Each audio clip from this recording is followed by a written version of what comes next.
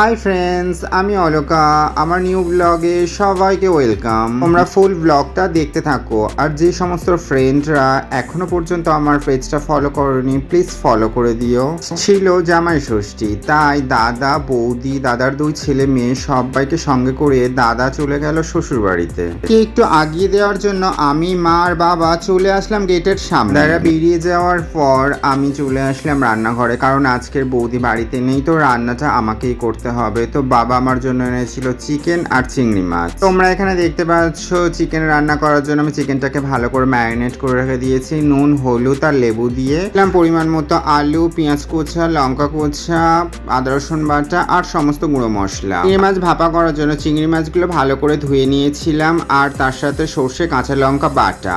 তোমরা এখানে দেখতে পাচ্ছ মোটামুটি আমি সবকিছু রেডি করে নিয়েছি। আর এখানে আমি কড়াইয়ের মধ্যে তেলটা গরম বসিয়ে দিয়েছি ফার্স্ট মাংসের আলুটা ভেজে নেব বলে। তেলটা গরম হয়ে গেছিল, তো মাংসের জন্য যে আলুগুলো আমি কেটে রেখেছিলাম সেগুলো তেলের মধ্যে দিয়ে ভালো করে আলুটাকে ফ্রাই করে নিয়েছিলাম। এটা রান্না করার জন্য কড়াইয়ের মধ্যে গোটা গরম মশলা, রাঁধুনির ফোড়ন দিয়ে তার মধ্যে দিয়ে দিলাম পেঁয়াজ কোচা আর লঙ্কা কোচা। পেঁয়াজটা একটু ভালো করে ফ্রাই করার পর তার মধ্যে দিয়ে দিলাম আদা রসুনের পেস্ট। আদা রসুনটা দিয়ে ভালো করে কষাতে হবে, যাতে আদা রসুনের যে কাঁচা গন্ধটা আছে সেটা যেন না থাকে। কষানোর পর সমস্ত যা গুঁড়ো মশলা ছিল সেগুলো দিয়ে দিয়েছিলাম, যেমন জিরে গুঁড়ো, ধনে গুঁড়ো, লঙ্কার গুঁড়ো, সব কিছু একসাথে ভালো করে কষিয়ে তার মধ্যে দিয়ে দিলাম ম্যারিনেট করা চিকেন।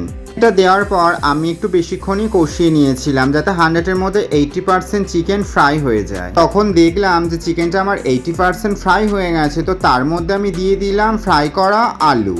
এখানে দেখতে পাচ্ছ আলু আর চিকেন আমি আবার ফের একটু ভালো করে কষিয়ে নিয়েছি। তো নেওয়ার পর হালকা উষ্ণ গরম জল আমি চিকেনের মধ্যে দিয়ে দিয়েছিলাম। যেহেতু চিকেনটা আমি মাখা মাখা করব, বেশি ঝোল করব না, তো তার জন্য আমি অল্প জল দিয়েই চিকেনটাকে করে নিয়েছিলাম। তো ফাইনালি দেখতে পাচ্ছ চিকেনটা আমার কমপ্লিট হয়ে গেছে। তো নামানোর আগে আমি একটু গরম মশলা ছড়িয়ে চিকেনটাকে নামিয়ে নিয়েছি। আর আমি করব সর্ষে দিয়ে চিংড়ি মাছের ভাপা। তো তার জন্য একটা টিফিন বক্সের মধ্যে চিংড়ি মাছ আর সর্ষের পেস্ট, আর তার মধ্যে দিয়ে দিলাম সমস্ত গুঁড়ো মশলা, জিরে গুঁড়ো, ধনে গুঁড়ো, লঙ্কার গুঁড়ো, আর দিয়ে দিলাম কাঁচা সর্ষের তেল, দিয়ে দিলাম স্বাদ মতো লবণ। তো দেওয়ার পর আমি সবকিছু চামচ দিয়ে ভালো করে মিক্স করে নিয়েছিলাম। শেষে চিংড়ি মাছের ওপর কাঁচা লঙ্কা ছড়িয়ে আমি টিফিন বক্স আটকে আরো 10 মিনিট রেখে দিয়েছিলাম। ফ্রাই করার জন্য একটা কড়াইয়ের মধ্যে জল বসিয়ে জলটাকে গরম করে তার মধ্যে একটা স্টিলের র্যাক বসিয়ে দিয়েছিলাম, আর তার উপরে দিয়ে দিয়েছিলাম টিফিন বক্সটা। তো দেওয়ার পর থালা চাপা দিয়ে আমি 10 মিনিট স্টিম করেছিলাম। ফাইনালি চিংড়ি মাছের ভাপা আমার রেডি। দেখো কত সুন্দর একটা কালার এসছে। আর এরপরে সবকিছু মেনু নিয়ে